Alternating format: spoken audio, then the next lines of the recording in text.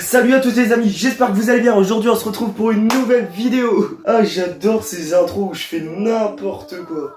Bon, tout simplement pour cette vidéo, vous l'avez vu dans ma dernière vidéo. Donc je me suis acheté un vrai katana tranchant. Et aujourd'hui, maintenant je vais vous le présenter.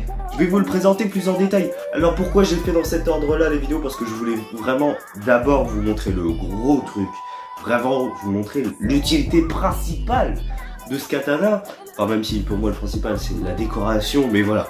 Et après vous le présenter, parce que je sais que la présentation intéresse beaucoup moins de personnes que la pratique. Donc aujourd'hui je vais vous le présenter. Donc voici mon katana tranchant, noir complet, brillant. Bon, un peu crade parce que du coup à force de manipuler il est un peu crade. Et surtout qu'hier vous l'avez vu, il y avait un peu de flotte. Donc voilà, ça a laissé des traces bien évidemment. Mais je le nettoie et tout assez régulièrement, j'en prends soin. Donc ici on a un fourreau qui est assez carré. Ici on a l'attache, donc c'est pour le mettre autour de la ceinture. Donc vachement pratique avec directement ça. Ici nous avons la garde, donc c'est en cuivre, mais du bon cuivre, hein, vous inquiétez pas. Et je trouve assez stylé, assez simple, c'est très simple, mais j'aime beaucoup. Donc ici après on a le manche, un peu plus grand je trouve que les répliques. Avec des petits trucs en or là, c'est assez stylé. Ici là. Et ensuite le bout comme ça, avec un petit paysage. En vrai, j'adore. Ce katana, il est, mais je trouve trop beau. Il est, mais magnifique. Donc après, je vais vous faire une comparaison avec une réplique. Hein. C'est pas du tout pareil. Je vais vous faire la comparaison après. Donc, maintenant, si on dégaine l'arme.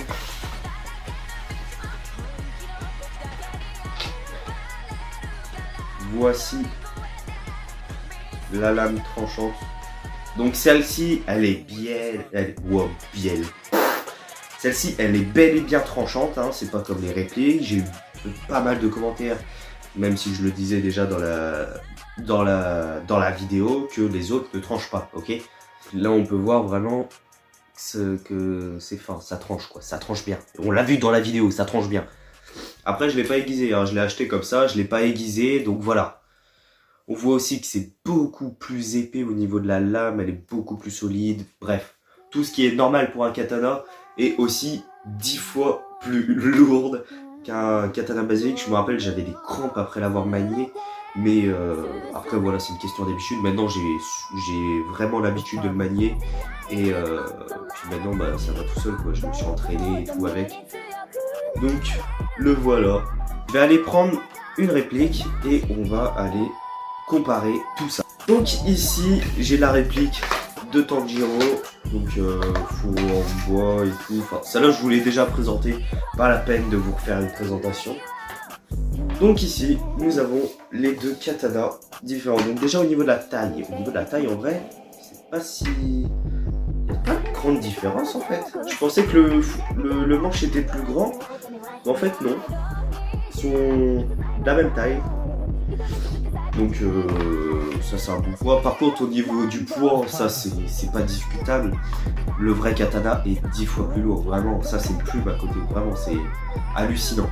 Donc ici on a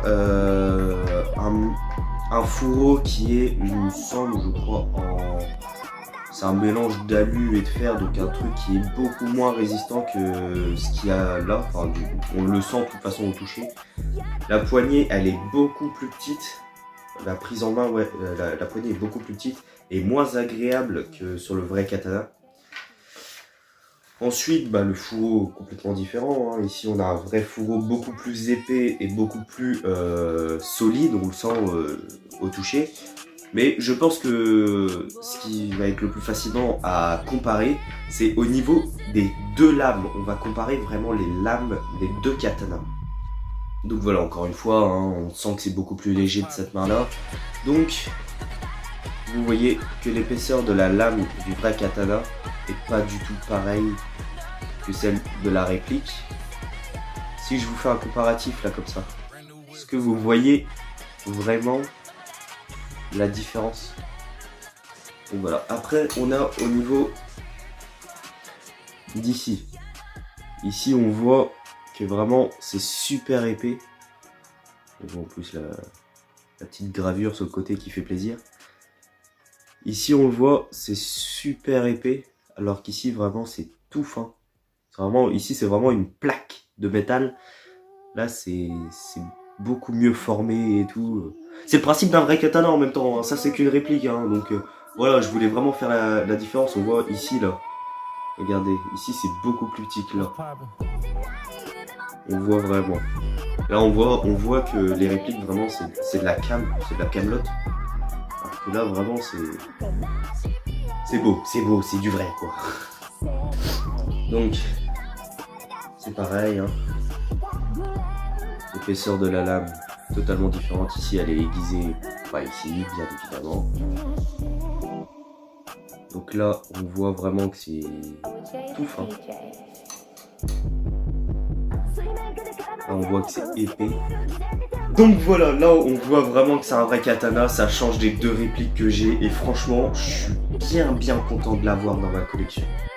Alors je vous le dis, hein, il y a sûrement d'autres katanas qui vont arriver. Pour l'instant je ne sais pas encore exactement lesquels, mais je partirai plus sur un Enma de Renoa Zoro.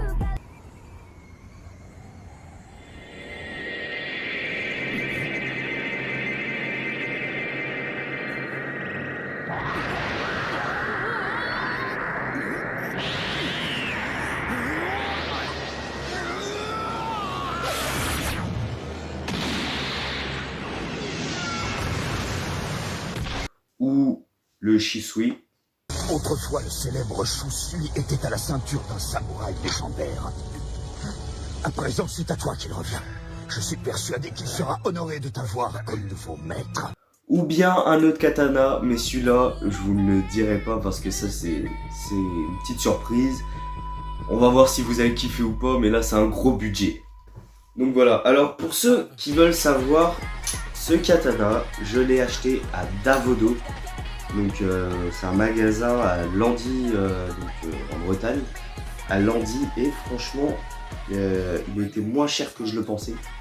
Et c'est de la bonne cave, hein. C'est pas vraiment un katana qui va se péter facilement. Non, mais je vous jure que celui-là, il est super résistant et super bien.